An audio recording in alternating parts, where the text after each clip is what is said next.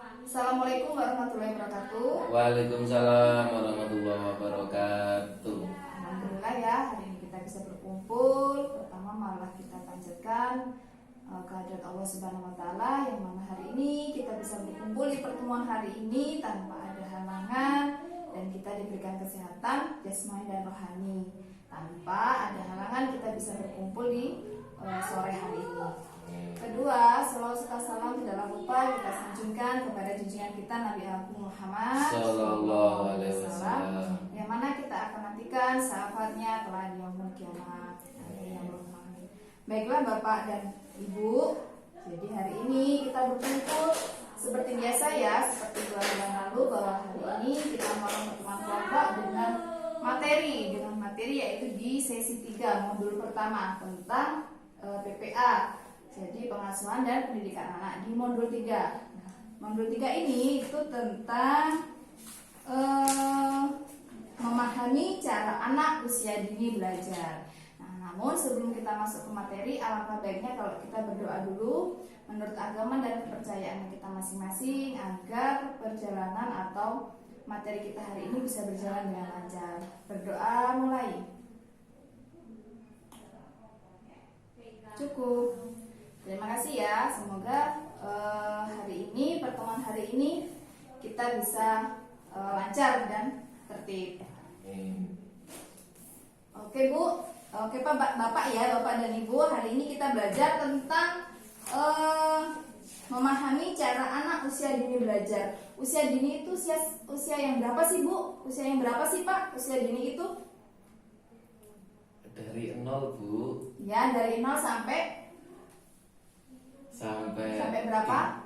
3 atau 4 tahun. Ya, 3 atau 4 tahun. Nah, jadi benar ya, tepuk tangan dulu ya buat Pak Udin. Terima kasih ya Pak Udin, benar sekali. Jadi anak usia dini itu dari 0 sampai 5 tahun ya usia dini. Jadi dari 5 tahun itu masa anak-anak. Nah, kenapa di sini sangat penting yang namanya usia dini, karena disitulah dari pembentukan karakter, dari pembentukan suatu saat anak menjadi lebih hebat itu dari pendidikan di usia dini. Usia dini itu seperti apa sih Bu, pendidikan usia dini itu? Yang seperti apa Pak? Ya, kalau saya di rumah ya anak saya ajak bermain. Ajak bermain. Nah, ya benar. Jadi pendidikan anak usia dini itu hanya sekedar belajar ya, belajarnya tapi tidak memaksa. Tapi belajarnya sambil bermain agar anaknya itu menjadi senang, agar anaknya itu menjadi riang, menjadi gembira. Karena kalau anak sudah menjadi gembira, menjadi senang, maka tanpa disadari itu juga akan membentuk karakter si anak. Nah, pendidikan yang dimaksud seperti di sini itu contohnya pendidikan anak usia dini itu ada di pendidikan TK. Ada nggak Bu TK di sini Bu? Pak, ada nggak Pak? Di tempat saya nggak ada loh Bu. Nggak ada ya, jauh ya? Agak jauh. Oh ya, berarti kenapa harus ada pendidikan TK ya anak usia dini? Biasanya di sebelah TK ataupun KB atau SPS banyak sekali manfaatnya Bu. Manfaat yang bisa didapat di pendidikan anak usia dini ataupun di PAUD ataupun di KB atau di TK dan sebagainya. Nah, manfaatnya seperti apa? Kita simak sama-sama ya. Di sini sudah ada pecah tentang manfaat bermain ataupun manfaat kita belajar di pendidikan anak usia dini. Yang pertama, manfaatnya bagi anak itu tentang fisik. Nah, fisik itu apa sih Bu? Fisik itu yang seperti apa coba? Yang bagaimana Bu? Yang bagaimana Pak fisik itu Pak? Ya, supaya pertumbuhan badan anak lebih sehat Bu. Ya, jadi fisik itu mengasah kemampuan fisik anak. Fisik itu yang seperti ini Bu, yang kuat, jadi tulangnya sehat, tidak mudah sakit ya. Jadi baik dari tulang maupun dari otak kita secara fisik, badan kita yang sehat dan kuat. Terus membuat anak sehat, artinya kalau anak sering bermain, jadi misalkan lari-larian misalkan, jadi anak itu akan sehat. Coba kalau anaknya sakit, bisa nggak Bu bermain secara fisik, misal lari-larian, bisa nggak Pak? Nggak bisa lah Bu. Nggak bisa. Jadi fisik itu berkaitan erat dengan tubuh kita. Jadi kalau badan kita sehat, badan kita kuat, fisik kita kuat, maka akan menjadikan anak kita menjadi fisik yang kuat dan sehat. Itu ya manfaatnya untuk fisik kita, fisik anak kita. Yang kedua, itu masalah emosi. Hanya dengan manfaat bermain dapat emosinya anak. Seperti apa? Anak akan merasa bahagia. Benar nggak Bu anak merasa bahagia? Benar nggak Pak? Iya, ya benar. Iya, seperti apa coba? Bapak ingat nggak waktu kecil bermain apa jadi bahagia? Main kelereng Bu. Main kelereng ya? Iya, kalau Kelereng. laki-laki biasanya main kelereng. Bahagia nggak? Ngelihat Iya. ingat-ingat dulu waktu masih kecil main kelerengnya bahagia. Iya. Bahagia ya. Bahagia. Nah, jadi anak akan merasa bahagia hanya dengan merasa hanya dengan permainan main kelereng saja sudah bahagia. Jadi emosi anak di situ akan terkumpul, anak akan merasa bahagia. Terus yang kedua, belajar untuk mengekspresikan perasaan.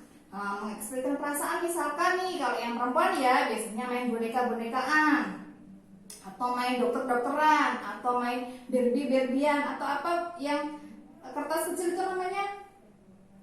Pokoknya ada ya yang kertas kecil itu, jadi ada orang, ada baju, jadi belajar makan baju, jadi mengekspresikan oh laki-laki, ataupun oh ini pesawat, main pesawat terbang, jadi dia mengekspresikan oh pesawat itu terbang, mengekspresikan boneka misalkan Barbie, oh Barbie itu jalannya lembut, seperti itu. Nah yang ketiga, emosinya itu meningkatkan kedekatan hubungan anak dengan teman bermainnya. Artinya jadi ada lawan bermain, misalkan si A dengan si B itu bermain, misalkan bermain tembak-tembakan misalkan. Jadi saling ada hubungannya, ada kedekatan. Oh iya kamu sebagai lawan, aku sebagai ini misalkan ya. Jadi ada kedekatan masalah emosi. Terus masalah cara berpikir, yang ketiga ya manfaatnya itu cara berpikir. Yang pertama itu memberikan pengetahuan baru. Pengetahuan baru misalkan main, kalau di gambar ini misalkan main dakon, tau nggak Bu dakon apa? Iya, dakon Bu. Ya, jadi kan dakon itu kan mengisi lubang satu ke lubang yang lain sambil dia menghitung. Jadi ada pengetahuan baru. Oh iya, berarti di lubang ini kalau misalkan belum terisi berarti dia door atau kayak gimana misalkan ya.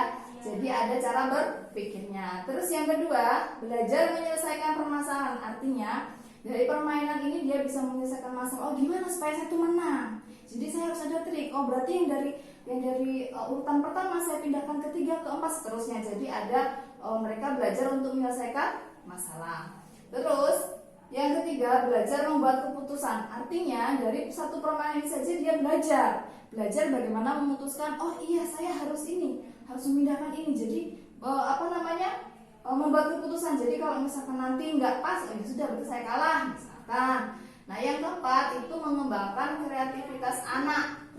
Kreativitas misalkan berhitung ya. Jadi dari lubang 1 ke lubang 2 ke lubang 3 sambil berhitung, sambil batunya itu dihitung. Itu untuk cara berpikir. Sudah 3 saja sudah banyak sekali ya Bu manfaatnya. Iya Bu.